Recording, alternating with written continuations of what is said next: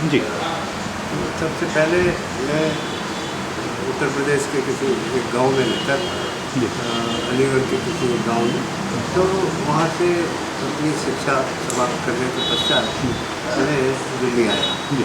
तो दिल्ली में जब भी आया पहली बार, तो एक हमारे मित्र थे, जनपद पर एक एमपी की कोठी में एक पान की दुकान चलाते थे। तो मैं उनके माध्यम से आया कि वही कहाँ ठहरेंगे, क्या होगा, कैसे होगा, इसलिए तो उन्होंने कहा हमारा जहाँ मैं रहता हूँ वहाँ आ जाना, लेकिन दुकान है मेरी वहाँ, तो दिन में मैं वहाँ होता हूँ, वहाँ आ जाना। तो मैं चला गया। तो शाम तक मैं वहीं रहा। तो शाम को 5:30-6 बजे हो गए। तो एक बुज़ुर्ग से बिल्कुल ऐसे जैसे पंडित नेहरू की डिटो कॉपी हो, वो दुकान पर आए उनके पान की। तो वो पान वान खाते हैं। तो आते उन्होंने कहा, भाई वो मिस्टर, यार मैंने तुम्हें कहा था कोई लड़का वड़का हो, कोई पढ़ा लिखा, कुछ उसको कुछ काम हम दे दें और हमारे पास रहे तो ज़्यादा बढ़िया रहेगा। तो ऐसा कुछ देखा, अरे तो ये खड़ा है, ये खड़ा है, ये हमारे गांव से आया है। हमारे गांव से आया। तो उसने पूछा कि आपने कहाँ तक शिक्षा, मैंने कहा भाई BA पास करके आया हूँ, अभी MA में एडमिशन लेना है। अच्छा कोई बात नहीं, तुम मेरे साथ चलो अभी। तो एक दूसरी कोठी में वो रहते थे। तो वो बंधु 6-7 भाषाओं के ज्ञाता थे। तो और वो साउथ की भाषाओं के। तो वो भारत सरकार के जो ऐसे विभाग है जो ट्रांसलेट कराते हैं अपनी पुस्तकें, वो ठेका लेते थे उनका। तो उन्होंने कहा, देखो ऐसे ऐसे मैं ये लिखता हूँ, ट्रांसलेशन करता हूँ, उसकी कॉपी करना है तुमको सुंदर से शब्दों में, बढ़िया से अक्षरों में, तो तुम ये मुझे लिख के दिखाओ। मैंने लिख के दिखाया उनको। तो उस वक्त हैंडराइटिंग खूब बढ़िया होते थे। तो उसमें उन्होंने कहा, अरे वाह कमाल हो गया भाई, ये तो बढ़िया है, तुम कल से मेरे पास आओ। तो मैंने कहा जी अभी तो 1-2 महीने की छुट्टी है। नहीं भाई, ये तो साल भर का ठेका मुझे मिला है, उसकी 4-5 भाषाओं की किताबें पूरी करनी है, तो तुम साल भर मेरे साथ रहो। मैंने कहा चलो जी, पूछ के बताऊंगा घर से, लेकिन अभी 2 महीने तो छुट्टी है ही, तो मैं कल से आ जाऊंगा। तो कल से मैं उनके पास गया। तो उन्होंने वो मुझे कहा कि देखो एक पुस्तक ये है, यहाँ से शुरू करो। तो मैंने जैसा उल्टा सीधा लिख रखा है, बढ़िया सा इसका। उस वक्त पांडुलिपियाँ टाइप से और फोटोकॉपी से और इससे और उससे नहीं चलती थी। जब हैंड रिटन मामले होते थे तो सुंदरता के साथ उसकी कॉपी बनाई जाती थी, फिर वो वहाँ सरकार में जहाँ से भी लेनी होती थी वहाँ जमा होती थी वो। तो उन्होंने कहा, अरे बहुत बढ़िया लिखते हो यार, बहुत अच्छा है, तुम मेरे साथ ज़रूर रहोगे और बढ़िया काम चलेगा हमारा, तो आपको कोई दिक्कत नहीं होगी मुझसे। मैंने कहा ठीक है। अब काम शुरू हो गया। तो 2-2:30 बजे होंगे, कहने लगे चलो चाय पी के आते हैं। तो हम ईस्टर्न कोर्ट में चाय पीने गए। तो चाय पीने गए तो और चाय का पैसा क्या था, 10 पैसे। 10 पैसे में चाय आती थी और 10 पैसे में वो आते थे तो पकौड़े से। तो हमने उन्होंने वो लिए, तो बैठकर हमने मेज पर वो खाए पिए और चल दिए। फिर अपने काम में लगे। शाम को 6 बजे उन्होंने कहा चलो खाना खा के आते हैं। चलो, तो हम खाना खाने गए। तो जहाँ पालिका बाजार है सामने, वहाँ पे एक पीछे की तरफ एक रेस्टोरेंट था। वो थाली मेरा ख्याल 1 रुपये में कि 2 रुपये में ऐसे में थाली देता था। तो उसमें सब चीज़ होती थी। तो दही की कटोरी भी होती थी। तो चलो खाना खाओ। तो खाना खा लिया। तो अब ये तो हुआ पहले दिन का। अब बिल्कुल एज इट इज़ अब रूटीन वही प्रक्रिया पूरे उसमें चलती रही। उसके बाद जब भी कभी फुर्सत होती है उन्हें कहते चलो क्लोथ प्रेस में घूम के आते हैं। तो क्लोथ प्रेस के जितने बराडे हैं बस अपना हाथ पीछे बांधे, यूँ अपना चल दिए, पीछे हाथ करके मैं साथ साथ चल रहा हूँ, गप रही है। मैं वहाँ अपने हैदराबाद में ऐसा होता है, हैदराबाद में वैसा। वो हैदराबाद के थे सही माने में, और वहाँ की भाषाएं जितनी है साउथ की वो जानते थे, तो उन्हीं में काम करते थे। तो पंडित नेहरू की डिटो कॉपी थी, कोई नहीं कह सकता कि ये पंडित जी नहीं है। ऐसा लोग मुझे तो जानते नहीं थे दिल्ली में। क्या नाम था उनका? सिवा उनके। तो उनका नाम क्या था? नाम क्या था उनका? उनका नाम था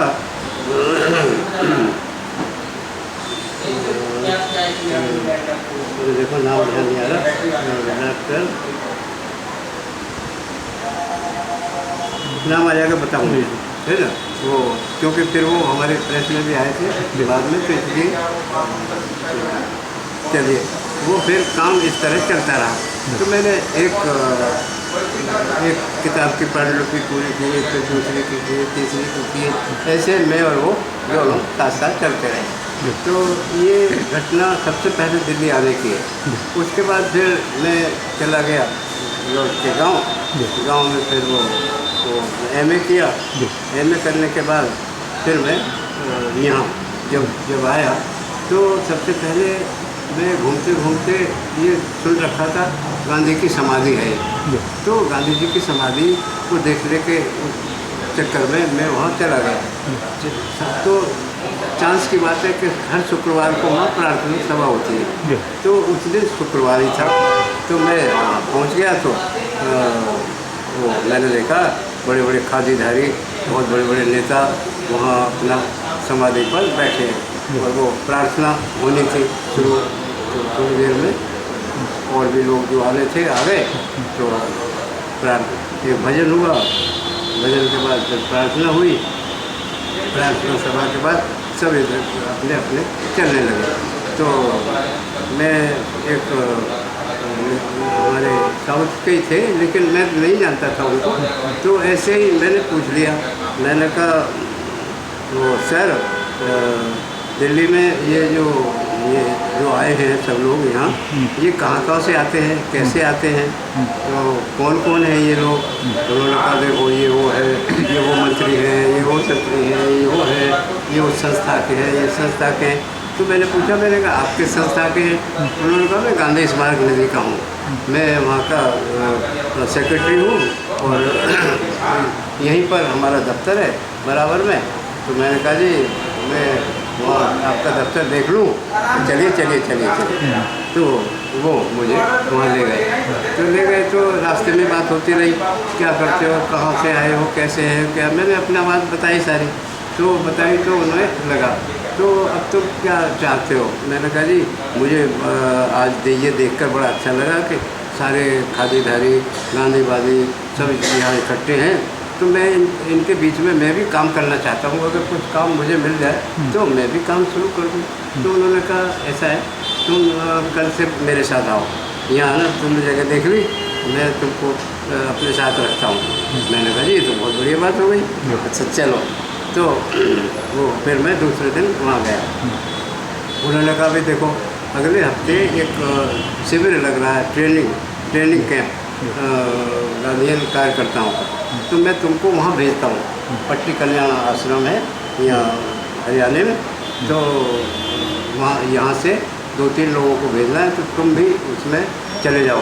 तो वहाँ पे ट्रेनिंग लेके आओ, फिर हमारे साथ काम करना कि गांधीयन वर्कर कैसे होते हैं। मैंने अच्छा चलिए ठीक है बढ़िया है। तो तुम ऐसा करो ये सारे कपड़े उतारो, और कपड़े उतार के खादी पहननी पड़ेगी सारी। तो हम मैंने कहा जी खादी कहाँ से लाएँ? तो ले आओ, कहीं से भी मिल जाएगी खादी। तो अब मैं तो जानता नहीं था खादी भंडारों को, इसको उसको। फिर मैं अपना बाज़ार में चला गया, तो नई सड़क पर ऐसे फुटपाथ पर एक आदमी बेच रहा था ऐसे ये खादी कैसे हैंडलूम हुआ। तो मैंने कहा ये 2 कुर्ते पजामे का ऐसे वो कपड़ा दे दो। तो उसने जो दे दिया, फिर मैंने दूसरे तीसरे दिन कहीं सिलवा के वो रख लिए। तो फिर मैं उनके हिसाब से तीसरे या चौथे दिन जाना था, मैं चला गया। उनके 1-2 साथी और जाने थे, उनके साथ मैं चला गया तो आश्रम में। फिर मुझे 3 महीने वहीं रहा मैं। तो 3 महीने में सुबह से लेकर शाम तक का कार्यक्रम, कितने बजे उठना है, कितने बजे श्रमदान करना है, नहाना है, फिर उसके बाद वो प्रार्थना होनी है, फिर उसके बाद क्लास लगनी है। वो क्लासों से छुट्टी हुई तो फिर भोजन करना है, भोजन करके 1-2 घंटे विश्राम करना है, उसके बाद फिर क्लास लगनी है, फिर शाम को मतलब घूमने के जाने है, फिर खाना खाना है और फिर तुरंत लेट जाना है। और लेटने से पहले एक डायरी, गांधी डायरी दी गई, वो लिखना है दिन भर में तुमने क्या किया, कैसे किया, क्या, तो वो काम शुरू हो गया। तो मैं उसमें लग गया। तो 3 महीने मैंने वहाँ से ट्रेनिंग ली।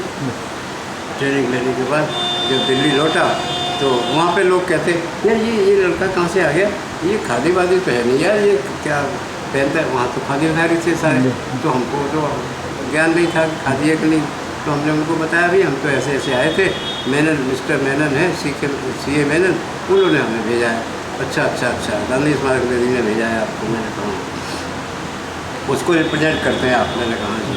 तो ऐसा करके फिर जब लौट के आया तो उन्होंने कहा भाई अब तुमको हमारे साथ काम पर लगना है। अच्छा जी बताओ क्या काम करना है। तो उन्होंने कहा ये वो है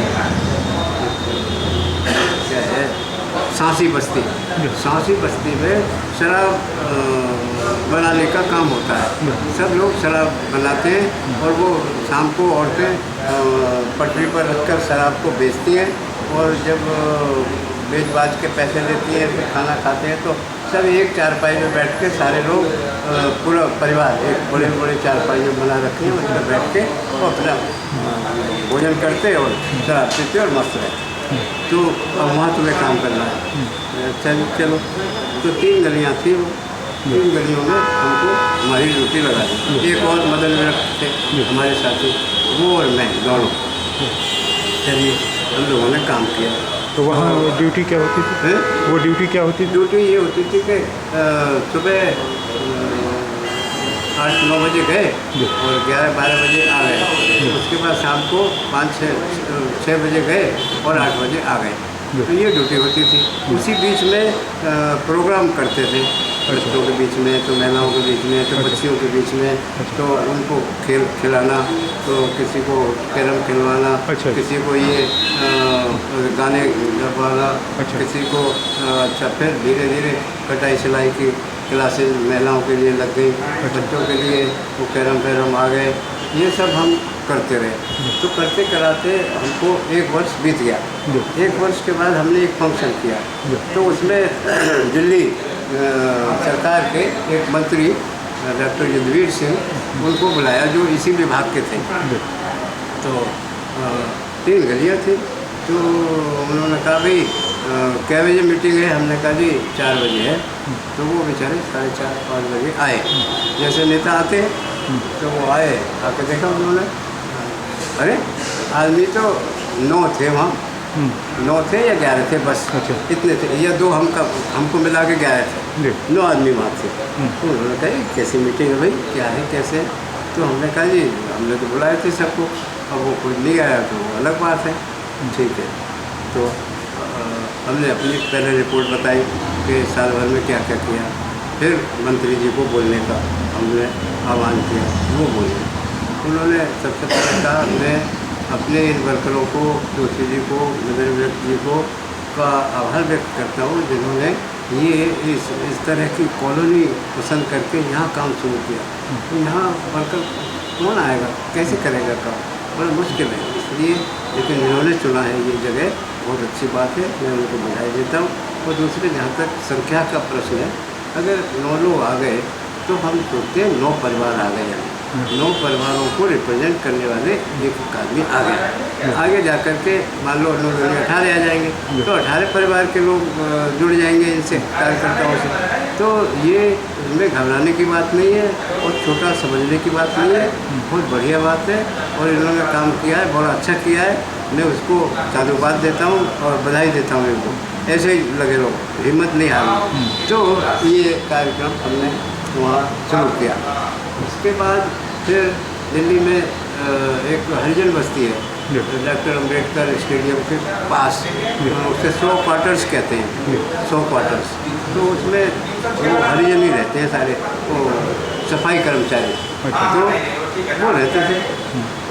तो मेरे जी ने कहा अब यहाँ काम करना है आपको। मैंने कहा चलो जी यहाँ काम करते हैं। अब इसी बीच में हमें गांधी स्मारक ने सेवाग्राम भेज दिया। सेवाग्राम जहाँ गांधी जी रहते थे, तो महाराष्ट्र में। तो वहाँ 1-1.5 महीने की ट्रेनिंग लेकर के वहाँ से हम आए यहाँ। तो आए तो अच्छा, जब हम आश्रम में गए वहाँ, जब ट्रेनिंग, उसकी भी बात याद आ रही है कि हम तो दिल्ली से गए थे। तो दिल्ली से 10-12-15 लोग थे, उसमें 6-7 लड़कियाँ थी, 4-5 लड़के थे। तो हम सब कार्यकर्ता वहाँ गए। तो अब हमने अपने अपने वो ये खादी के कुर्ते पजामे पैंट कमीज सब धुलवा के वो अपनी अपनी अटैची में भर रखे थे। तो यहाँ गए शाम को, नहाए धोए बैठे अपने फोटो पहन के शाम को एक मीटिंग हुई। हर रोज़ शाम को होती होगी। तो हम जब गए तो चलिए मीटिंग में चलिए, हम गए। तो हमको देख कर के वहाँ का जो ऑर्गेनाइज़र था एकदम चौंका, चौंक के कहने लगा, अरे भाई ये दिल्ली वाले जो किसी बारात में आए हैं या किसी कार्यक्रम में आए हैं, ये यहाँ आश्रम में आए हों ऐसा हमको नहीं लगता। तो अब हमें तो पता नहीं कि ये किस लिए कह रहा है, क्या बात क्या है। तो उनको हमें समझ में बाद में आई, जब हम अपने अपने बिस्तर पे आए तो लोगों ने कहा देखो वो तो अपना खादी के मोटा कुर्ता पहनता है और बल्ली पहनता है और एक अंडरवियर पहनता है, निक्कर, बस। तो इसलिए वो ऐसे कह रहा है आपको देख के। हमने कहा ठीक है। जो हम लोग वहाँ चलो शुरू हो गए। तो अब हमको पहले दिन से गुस्सा आ गया। हमने कहा इसने ये कैसे कहा कि दिल्ली वाले ऐसे हैं वैसे हैं और ये कुछ काम नहीं करेंगे और बारात में आए हैं, ऐसा लगता है। हमने चलो शुरू करते हैं अपनी बात। अब हर रोज़ शाम को वो होती थी वही मीटिंग, जिसमें दिन भर में क्या किया कैसे। तो एक वो भी होता था कैंप फायर जैसा कि शाम को अपनी अपनी बात, कोई कविता से कह रहा है, कोई गाने से कह रहा है, कोई कुछ कह रहा है, कोई कुछ बात कर रहा है, ऐसे। तो मैं भी वहाँ पर रोज़ एक कविता बनाने लगा उनके व्यंग उसी स्टाइल पर कि दिन भर में क्या देखा कैसे। मुझे लग गई थी बात उसकी कि इसने ये कैसे कहा है। तो मैं भी रोज़ कमियाँ निकालता उनकी, कमियाँ निकाल के एक कविता बना देता और शाम को वो सुना देता। लोगों को इतनी पसंद आने लगी, अब दोस्ती हो गई। बाहर के जितने प्रांत, देश भर के प्रांत इकट्ठे थे, तो देश भर के प्रांतों के लोग आए हुए थे, उसमें लड़के भी थे लड़कियाँ भी थी। तो दोस्ती बहुत बढ़ गई, बढ़ते गई, क्योंकि 200-250 वर्कर थे पूरे देश से। तो 10-12-15 तो हम ही थे दिल्ली के। तो ऐसे करके वो, तो जब वहाँ से जब आए थे हम, तो इनको पता था कि ये आश्रम से होके आए, वो आश्रम से सीख के आए। तो इन्होंने कहा कि अरे भाई जो कुछ सीखा है वहाँ आश्रम में, उसका उपयोग इनसे वहाँ कराते हैं। तो हमको हरिजन बस्ती में इन्होंने भेज दिया। तो कहने लगे अब आपको 1 साल यहाँ काम करना है। हमने क्या 1 साल क्या जी, हम तो 4 साल भी कर देंगे, हमें क्या फ़र्क पड़ रहा है, ठीक है शुरू करो। हम वहाँ जाने लगे हम। तो 100 क्वार्टर्स थे, 100 के तो 125 ही हो गए होंगे, किसी ने बढ़ा लिया, किसी ने घटा लिया, किसी ने कुछ कर लिया। तो ऐसे करके तो नाम उनका 100 क्वार्टर्स। तो हम उसमें जाके सबसे पहले सफाई का कार्यक्रम शुरू किया हमने। तो हमने कहा भी यहाँ की नालियाँ साफ की जाएंगी। तो हमने भी झाड़ू ली, वो साफ करने वाला लिया। तो खुद ही लगे पहले, तो खुद लगे, फिर उनको कहा कि भाई ऐसे सफाई करनी है, ठीक है। एक आध वर्कर या बुजुर्ग सा आदमी हमारे साथ लगने लगा। उसके बाद धीरे धीरे मैंने 4 साल वहाँ काम किया और 4 साल में उस बस्ती को एकदम आदर्श बस्ती बना के रखा और वहाँ के लड़के लड़कियों को बहुत मतलब सिखाया। और एक ग्रुप बनाया, लड़कियों का तो एक ग्रुप बनाया, डांस ग्रुप, जिसके माध्यम से हमने दिल्ली भर में बहुत सारे शो किए जगह जगह जा कर के। और उनको ये नहीं पता था कि ये हरिजनों की बस वो है लड़कियाँ, ये बताया भी नहीं कभी। लेकिन वो बहुत बड़ा पॉपुलर हो गया। और जब गांधी सेंटिनरी का पीरियड आया, तो गांधी सेंटिनरी के पीरियड में जो हॉल बना था सांस्कृतिक कार्यक्रमों के लिए, तो हमारे कार्यक्रम को देखकर के वहाँ के गांधी संग्रहालय के डायरेक्टर ने हमको बुलाया।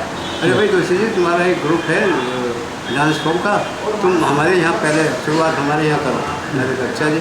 तो 10,000 का चेक उन्होंने काट के हमको दिया, ये 2 दिन का कार्यक्रम आपके नाम है। हमने कहा जी ठीक है। तो हमने वो 2 दिन कार्यक्रम किया, खूब लोग जुटे, खूब आनंद लिया लोगों ने। उस हॉल को हमने ओपन एयर थिएटर था, तो उसमें जब लोग आए, देखा, आनंद किया, तो उसने बहुत कहा रिमार्केबल, बहुत बढ़िया कार्यक्रम किया आपने, बड़ा अच्छा। तो वहाँ भी हमने अंजन बस्ती में काम किया। तो ऐसे करके उसके बाद मैं भारत सेवक समाज में चला गया, गांधी स्मारक मेरे को छोड़ दिया। भारत सेवक समाज में गया तो वहाँ के वो जो थे इंचार्ज, वो थे वो प्यारेलाल भाई के, जो गांधी जी के प्राइवेट सेक्रेटरी थे, उनके साथ काम किया था उन्होंने। भाई जी कहते थे उनको। ब्रज किशन चांदीवाला उनका नाम था, ब्रज किशन चांदीवाला। तो ब्रज किशन चांदीवाला अध्यक्ष थे भारत सेवक समाज के, और सुरेंद्र सैनी वहाँ की सेक्रेटरी थे। तो उनके अंडर हमने काम शुरू किया। तो उन्होंने कहा भाई दलित बस्तियों में हमारे सेंटर हैं, ये उसके विकास करने के लिए उन बस्तियों में, तो उसमें आपको हम वहाँ भेजते हैं। फिल्मिस्तान सिनेमा के सामने एक मानकपुरा में भी एक उनका सेंटर था, कम्युनिटी सेंटर। उस सेंटर में हमको इन्होंने एज ए ऑर्गेनाइज़र बना के भेजा। तो फिर हमने उस बस्ती में, बहुत बड़ी बस्ती थी, तो एक पूरी कॉन्स्टिट्यूंसी थी वो बस्ती, अपने आप में पूरी कॉन्स्टिट्यूंसी थी। तो उसमें काम करना होता था। तो वहाँ पे 2 सोशल वर्कर मेरे साथ, 2 शिक्षिकाएँ जो महिलाओं को कटाई सिलाई, बच्चों की पढ़ाई लिखाई ये करती थी। अच्छा, और फिर हम जब गए तो हमने यूथ को इकट्ठा किया। यूथ को इकट्ठा करके वहाँ पे सारे, तो वो सब बच्चे जो थे कैरम से शुरू हुए, फिर फुटबॉल सिखाई, फिर क्या क्या और गेम उनको, कबड्डी, फुटबॉल, ये सब उनको ऑर्गेनाइज़ किया। तो अच्छा, ये तो मैं दिन में काम करता था। रात को मेरी ड्यूटी इन्होंने भाई ब्रज किशन चांदीवाला ने लगाई रैन बसेरों में। रैन बसेरे दिल्ली में 13 थे। 13 रैन बसेरे ये चलाते थे, भारत सेवक समाज द्वारा संचालित थे। तो उनका ऑर्गेनाइज़र भी हमको बना दिया। कहते दिन में तो जब शादी वादी कोई नहीं थी, एकदम पकड़ थे, बस थे, तो कह रहे कि दिन भर तो तुम यहाँ काम करोगे, रात को रैन बसेरों के इंचार्ज हो, रात में रैन बसेरों को चलाएंगे आप। हमने कहा चलिए जी, हमारा क्या है, हम चल देते। तो हम रैन बसेरों में शुरू हो गए। अब रैन बसेरों में शुरू हो गए तो जो लोग फुटपाथ में सोते थे, तो आंधी में, बरसात में, ठंड में, इसमें सिकुड़ रहे, मर रहे, गिर रहे हैं, तो हम उनको जाकर समझाते, बताते, और उनको उठा के अपने रैन बसेरों में ले जाते, जो उस क्षेत्र का होता था। तो क्योंकि जगह जगह थे, तो 13 रैन बसेरे 13 कॉन्स्टिट्यूंसी उसमें जगह में थे, तो हम उनको वहाँ ले जाके, मैं उनको ले जाके वहाँ सुलाता, समझाता। उनके बीच में फिर मैंने काम शुरू किया। तो आज संगीत होगा, आज कविता होगी, आज वही कैरम होगा, आज वही कहानी होगी। तो ऐसे करके मैंने सोशल एजुकेशन की तरह से वो उनको एजुकेट किया, और एजुकेट करते करते उनमें फिर उनके कॉम्पिटिशन्स कराए। फिर पूरे साल भर में एक बार उनका कॉम्पिटिशन होता था। वो कोई सेट वेट हमने पकड़ लिए, एक आध दो, हमने कभी इनको भोजन करा दो, इनको उस दिन का खर्चा चला दो। तो जो आसपास हमारे सेट वेट होते थे, उन सबको वो देखते थे, रैन बसेरा बहुत काम कर रहे हैं भाई, बहुत बढ़िया काम। एक दिन क्या हुआ कि ब्रज किशन चांदीवाले हमसे कहा चलो भाई जोशी जी इधर आओ, मेरे साथ चलो। मैंने कहा जी कहाँ चले? चलो यार तुम चलो। तो उनकी गाड़ी में बैठे चले। तो हम 3 मूर्ति भवन गए, जहाँ पर पंडित नेहरू रहते थे। तो वहाँ पे मैंने कहा ये तो उनकी वो है। कहते हाँ तो चला यार। गाड़ी उन्होंने कोर्ट में रोक दी। रोक के, और सुबह का समय था, 8 बजे होंगे, 7-8 बजे जल्दी सुबह ही थे, तो घास में पंडित नेहरू घूम रहे थे, घास में टहल रहे थे। हाँ, पंडित नेहरू टहल रहे थे, तो ये मुझे लेके तो हम दोनों पहुंच गए उनके पास। नमस्ते हुए, नमस्ते हुए। और भाई जी, वो भाई जी कहते थे, वो भी उनको, नेहरू जी भी हमारे भाई जी को भाई जी कहते हैं। और भाई जी क्या हाल है, कैसे आना हुआ? अरे भाई मैं इस लड़के को लाया था, ये लड़का हमारे यहाँ रेलवे स्टेशन में काम करता है, वो बहुत बढ़िया काम करता है। अरे अच्छा, पंडित नेहरू ने क्योंकि शुरू करवाई थी योजना, उन्हीं की थी, तो उन्हें बड़ा इंटरेस्ट था इसमें। तो वो जब अखबारों में देखते थे, अरे आज उस देश का प्रधानमंत्री, आज उस देश का मंत्री, आज उस देश का सांसद वहाँ रेलवे स्टेशन देखने गया दिल्ली में। वो हमने जब हम घुमाते थे, दिखाते थे कि ऐसे ऐसे होता है, ऐसे हम रखते हैं, ऐसे सुविधा देते हैं, ऐसे करते हैं, तो वो बड़ा प्रेज किया उन्होंने। अरे भाई, तो मेरे कंधे पे हाथ रख के कहा, अरे तुम बहुत काम करते हो भाई, तो रेडियो पर, अखबारों में, ये तो बहुत काम कर रहा है लड़का, इसको हम देखते हैं, बड़ा अच्छा है, हमारी शुभकामना, ये ठीक आगे चले और बढ़िया काम करें। भाई जी इसको ठीक से रखना, ये बच्चा बढ़िया है, ये उन्होंने कहा। तो ये इस तरह की घटनाएं भी उसी रेलवे शुरू में हमने देखो, पंडित ये अपना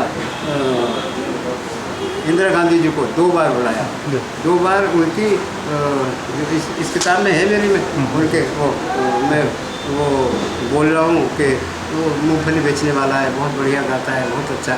मैंने उसको पहला प्राइज़ दिलाया, तो उनके हाथ से दिलाया। तो मैं उसकी लिस्ट पढ़ रहा हूँ, वो उनको दे रही है और वो ले रहा है।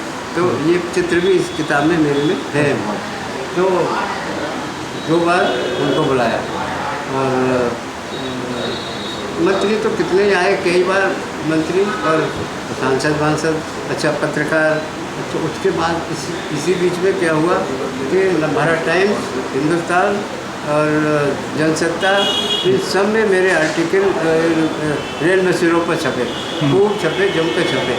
और आए दिन वो लोग बड़े प्रेस करते थे, यार बहुत काम हो रहा है, रेलवे स्टेशन में बहुत काम हो रहा है, रेलवे स्टेशन में बहुत काम कर रहा है, ये लड़का तो बहुत काम करता है। मतलब इस तरह का काम हमने किया। तो रेलवे स्टेशन में भी काम किया, भारत सेवक समाज का, वो हरिजन बस्ती में भी काम किया, दलित बस्ती में काम किया, और सांसी बस्ती में काम किया। ये सब काम एक छोटी सी पीरियड में संस्थाओं के माध्यम से किए, संस्थाओं के माध्यम से ये काम किए। तो वैसे तो उसके बाद तो फिर मैं नारी रक्षा समिति में, भारत स्काउट एंड गाइड्स में, और वो और क्या था, हाँ उसके उसी बीच में देखो वो ये जो था all India radio, all India radio में किसी ने कहा, अरे भाई तुम इसमें ऐसा करो, तुम वहाँ से आए हो अलीगढ़ से, तो वहाँ की ब्रज भाषा है, तुम यहाँ पे ब्रज माधुरी एक कार्यक्रम करता था बहुत अच्छा रेडियो का, तो कहने लगे ब्रज माधुरी में लिखा करवा और वहाँ जाके बात करके आओ। तो मैं एक दिन चला गया, वहाँ के मालिक थे, वो इंचार्ज थे भैया जी, ब्रज के थे, मथुरा के।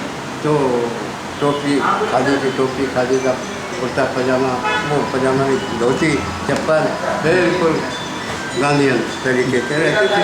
तो मैं भी खादी पहनता था। तो मुलाकात हुई, कहाँ से क्या है कैसे है, मैंने बताया था। अच्छा। तो फिर मैं वहाँ पे शुरू किया।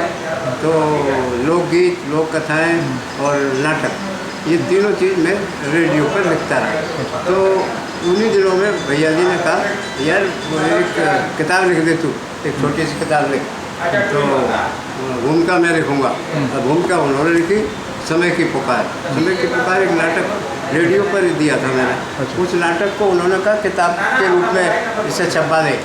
तो मैंने छपाया, तो एक पब्लिशर मिल गए हमको, तो उन्होंने छापा, और ये भैया जी ने उसकी भूमिका लिखी, जो ब्रज माधुरी के इंचार्ज थे ऑल इंडिया रेडियो। तो ये इसी बीच में ये भी काम हो गया। अच्छा, तभी ये हुआ कि भारत सरकार की 2 पत्रिकाएं थी, समाज कल्याण और कुरुक्षेत्र। तो इन दोनों में लोगों ने कहा, ये रेडियो में लिखता था तभी, अरे भाई तुम इनको भी तो लिखो यार, इनको दे दो कुछ तो छपेगा, ये सरकारी पत्रिकाएँ हैं, आप सरकार का काम करते हैं। मैंने कहा जी ठीक है। फिर मैंने उसमें दिया, वो उसमें भी छपे, दोनों में छप गया। तो अब हमारे हौसले और बुलंद हो गए, बढ़ गए, एक कमाल हो गया। तो एक ने कहा यार तुम ऐसा करो, नवभारत टाइम्स में जाओ इन आर्टिकल्स को लेके और उनके एडिटर से बात करना। हाँ, मैं कहा चलो जी, हम तो कार्यकर्ता थे, हम पहुंच गए। तो उनका पीए बैठा जो कहने लगा जी किससे मिलना आपको। मैंने कहा जी एडिटर साहब से।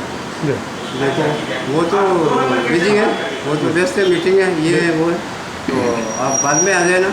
मैंने कहा जी जब भी खत्म होगी मैं तब मैं लूँगा, मुझे कौन सा कोई विशेष काम है, बैठ तो सकता हूँ ना मैं। कहते हैं हाँ बैठिए। तो बैठ। अच्छा वो लड़का पहले पीए जो था लड़का ही था, मुझे देखता रहा। तो बाद में कुछ 5, 7, 10 मिनट के बाद उसको ध्यान आया, कहने लगे भाई साहब, ओ हाँ तुम कहाँ से आए हो। मैंने कहा जी दिल्ली से आए हो। और कहाँ से आए हो। नहीं इससे पहले कहाँ रहते थे आप। मैंने कहा अलीगढ़ में रहता था। अच्छा अलीगढ़ में तुम पढ़ते कहाँ थे। मैंने कहा वो बारिशली डिग्री कॉलेज में। हाँ अब देखो उसको एकदम याद आ गया। वो कहने लगा ऐसा है यार, ये बारिशली डिग्री कॉलेज के आसपास जो उससे लगी हुई वो जो छत हैं उनमें ही हमारा मकान है।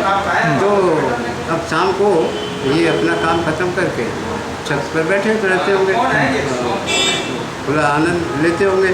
तो तब मैं हॉकी खेलता था, मैं हॉकी का प्लेयर था। तो हॉकी खेलता था तो उसने कहा देखो मुझे याद आ रहा है तो हॉकी खेलते थे क्या। मैंने कहा हाँ, अरे कमाल हो गया यार। मैं तभी तो मैं सोच रहा था ये लड़का मेरा देखा हुआ है, ये लड़का मेरा देखा हुआ है। ठीक है। अब उसने देर नहीं लगाई, खटाक से मुझे कहा मिल लो आप।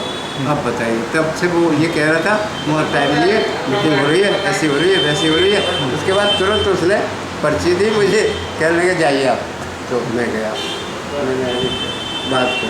अक्षय कुमार जैन उसके एडिटर थे उस वक्त। क्या पर्सनैलिटी की ग्रांड, अंग्रेज जैसे का व्यक्तित्व। और वो भी अलीगढ़ साइड के ही थे, ये अलीगढ़ साइड के थे वो भी। तो मैंने परिचय दिया, फिर मैंने वो आर्टिकल्स इसके कुरुक्षेत्र के और समाज कल्याण के दिखाए सामने। देखा अरे भाई तुम तो काम करते हो, तुम तो काम में लगे हो, अच्छा काम करते हो। तो अब क्या चाहते हो हमसे। हमने कहा जी हम चाहते हैं आपके इस अखबार में भी हमारा कुछ छपता रहे तो ठीक रहेगा। घंटी बजाई, हरिदास शर्मा आए। हरिदास शर्मा उस वक्त बहुत टॉप मोस्ट पत्रकारों में माने जाते थे। तो उन्होंने कहा भाई शर्मा जी ये लड़का देखो कुछ काम करता है बहुत, और ये इस पर लिखता भी है, और ऐसा है आप एक काम करो, कहिए जन साहब ऐसा है, जब ये चाहे अपना फोटोग्राफर इसके साथ भेज दो, जब ये लिखेगा तो उसके साथ अगर फ़ोटो रहेंगे तो आर्टिकल्स में और जान आएगी। ये मैं अपनी ओर से कह रहा हूँ, तो आप इसका ध्यान रखना। अच्छा जो ही शर्मा जी गेट तक गए, फिर बुलाया शर्मा जी 1 मिनट। अच्छा जी, फिर लौटे शर्मा जी, देखो ये नया लड़का है, इसके थोड़ा आर्थिक रूप से भी ठीक से मदद करना। अच्छा वो भी उन्होंने सुन लिया, ठीक है। अच्छा तो अब हम लिखने लगे, छपने लगे।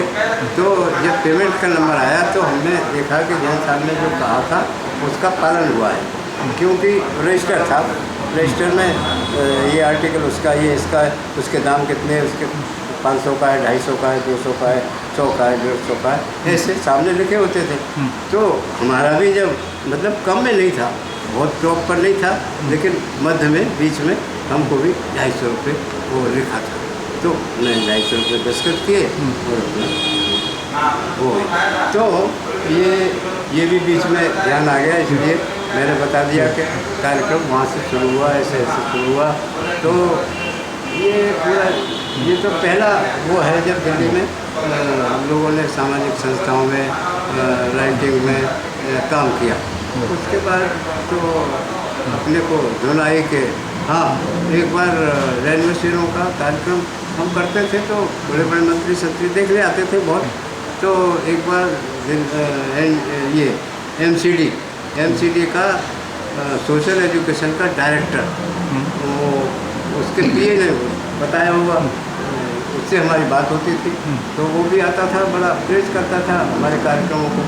तो उसने कहा होगा, वो महाजन थे डायरेक्टर, तो महाजन साहब आपके जब सालाना फंक्शन होगा उसका, तो आपको दिखाएंगे रेलवे बसेरे में कैसे कैसे वो काम करता है लड़का, एक नया बहुत काम कर रहा है। उन्होंने कहा ठीक है, मैं चलूँगा। तो एक बार कार्यक्रम में वो आ गए, आके तो ही was very much impressed by our programme कि भाई यार ये तो बढ़िया काम कर रहा है, इतना काम करता है। तो जब फंक्शन ख़त्म हो गया, चाय फाय पीने लगे, तो मेरे कंधे पर हाथ रख के कहने लगे, मिस्टर दोषी, अगर आप बुरा नहीं मानो तो कल परसों मेरे दफ्तर में आना। मैंने कहा जी कहाँ है आपका दफ्तर? अरे भाई ये आपका जो मित्र है ये ले आएगा। मैंने कहा जी ठीक है। तो मैं फिर उसके दूसरे चौथे दिन उसके साथ वहाँ गया। तो डायरेक्टर वो बेचारा इतना बड़ा आदमी मुझे देखते ही खड़ा हो गया। अरे बाप रे, मुझे बड़ा आश्चर्य हुआ, ये इतना बड़ा आदमी मेरे सामने क्यों खड़ा हो रहा है। मैंने नमस्ते किया, रुके, बैठो बैठ। देखो ऐसा है, मैंने तुम्हारा कार्यक्रम देखा, काम देखा और लोगों से बड़ी तारीफ सुनी और अखबारों में बड़ा छपता है तुम्हारे बारे में। तो तुम ऐसा करो कि हमारे भी रेल बसेरे हैं, नहीं हमारा सोशल एजुकेशन डिपार्टमेंट है, तो उसमें भी हमने सेंटर्स बना रखे, कम्युनिटी सेंटर्स। तो उसमें तुम काम शुरू करो, हमारा कुछ नया करोगे तो और बढ़िया आनंद आएगा हमको भी। तो मैंने कहा जी फिर मैं वहाँ कैसे करूँगा, यहाँ कैसे करूँगा, दो जगह। तो भाई ये सरकारी नौकरी काम है हमारा, सोशल एजुकेशन ये एमसीडी का है, और तुम तो उसमें करते हो, शैक्षिक संस्थाओं में करते हो, ये वैसा काम है, थोड़ा प्रकार का हो जाएगा तो तुम्हारा भविष्य भी बन सकता है। मैंने कहा अच्छा जी चलो। तो हमको 150 रुपये या 200 रुपये में 4 घंटे, 2 घंटे सुबह 2 घंटे शाम, उन्होंने हमको अपॉइंट कर दिया, अपॉइंटमेंट लेटर दे दिया। और वो लेटर हमारे पास आज भी रखे हैं, और मैंने बाद में जो लिखे उनको वो पत्र भी रखे हैं। तो मैं 6 महीने काम किया, 6-7 महीने। उसके बाद मुझे धुन लगी कि यार अखबार अपना निकालें। तो मैंने एक दिन चिट्ठी लिखी, त्यागपत्र, और वो इनको थमा दिया